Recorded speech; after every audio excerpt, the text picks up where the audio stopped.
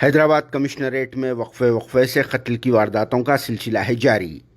7 फरवरी को भी पेश आई कत्ल की एक और वारदात, मगर इस बार कत्ल की ये वारदात आम आदमियों से कुछ अलग है, क्योंकि मरने वाले शख्स एक रियल इस्टेट कंपनी से ताल्लुक़ रखा करते थे और इनकी मूसा सिद्दीकी की हैसियत से शिनाख्त की गई है। कत्ल की ये दिलेराना वारदात कहीं बाहर सड़क या फिर किसी और मुकाम पर पेश नहीं आई, बल्कि इनके अपने ही घर में बहुत ही बेरहमाना अंदाज में मूसा सिद्दीकी को मौत के घाट उतार दिया गया।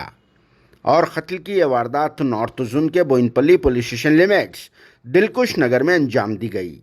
मकतूल शख्स मूसा सिद्दीकी KMR रियल इस्टेट के नाम से एक कंपनी चलाया करते थे और वो सिकंदराबाद बोयिनपल्ली के दिलकुश नगर में रहा करते थे और वो पिछले कुछ वक्त से नज़र भी नहीं आ रहे थे और 1-2 महीने पहले इनका कुछ लफड़ा भी हुआ था, जिनका फैयाजुद्दीन नाम वाले एक शख्स से ज़मीन के मामले को लेकर लफड़ा भी चल रहा था।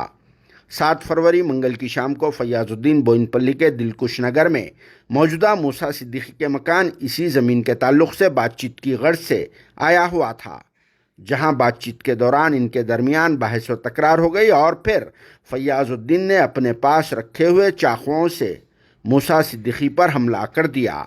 इस हमले में मूसा सिद्दीकी बुरी तरह से ज़ख्मी हो गए और एक अस्पताल शरीक करने पर वो ज़ख्मों से जान बर ना हो सके। बाद में मरहूम मूसा सिद्दीकी की लाश को पोस्टमार्टम के लिए गांधी अस्पताल के मुर्दाखाना मुंतकिल कर दिया गया और फिर इस वाक़े की इत्तला के बाद assistant commissioner of police Prithviraj के अलावा दूसरे अहदेदारों, क्लूज टीम व फिंगरप्रिंट्स एक्सपर्ट्स ने स्पॉट का मुआयना किया और बोयिनपल्ली पुलिस ने इस सिलसिले में मर्डर के तहत एक केस भी बुक कर लिया और इस हमले में फैयाजुद्दीन के अलावा दूसरे लोग भी मुलविस होने का शुबा किया जा रहा है और ये मर्डर एक प्लान्ड भी समझा जा रहा है, क्योंकि फैयाजुद्दीन ने अपने साथ चाकुआं वगैरह रखकर मूसा से बातचीत के लिए उनके घर आया हुआ था और हमेशा से मूसा सिद्दीकी के साथ भी कुछ लोग रहा करते थे, मगर शायद घर पर रहने की वजह से मूसा सिद्दीकी तन्हा थे और फिर फैयाजुद्दीन ने अपने प्लान में कामयाबी भी हासिल कर ली, जो इन्हें मर्डर कर देने के बाद पुलिस में सरेंडर हो जाने की इत्तला भी मिल रही है। मगर पुलिस के अहदेदारों ने तो इसकी वजाहत नहीं की, मगर इतना तो ज़रूर कहा जा रहा है कि ज़मीन के मामले की वजह से ही मूसा सिद्दीकी को मौत के घाट उतार दिया गया।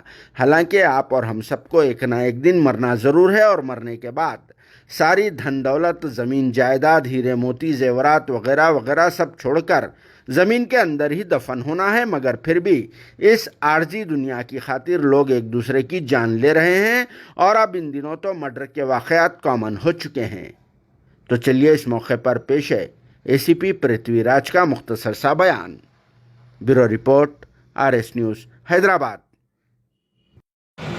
ఈరోజు ఈ 6:30 ప్రాంతం సాయంత్రం ఈ మూసా సిద్దీకి అనే వ్యక్తి రియల్ ఎస్టేట్ బిజినెస్ చేస్తాడు. అతను డబ్బుల విషయంలో, ఈ లావాదేవీల విషయంలో ఈ ఫయాజుద్దీన్ దగ్గరికి వాళ్ళ ఇంటికి వచ్చిండు.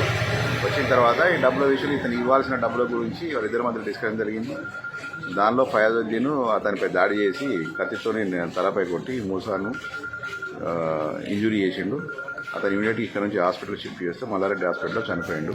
ఈ డబ్బుల వివాదం వల్లనే ఈ హత్య చేసినట్టు కనబడుతుంది. అతనితో పాటు అతని కొడుకులు కూడా ఉన్నారు కాబట్టి వాళ్ళు కూడా అనుమానించాల్సి వస్తుంది.